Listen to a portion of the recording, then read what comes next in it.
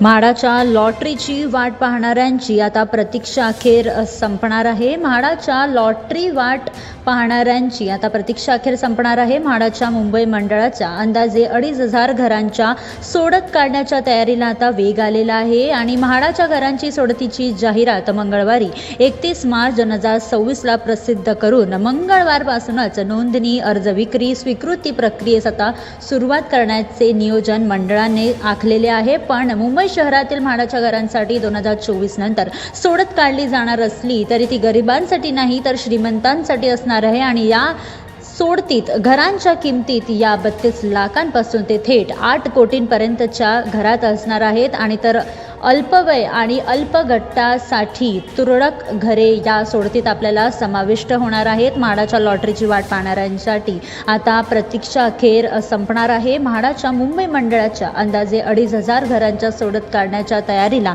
आता वेग आलेला आहे.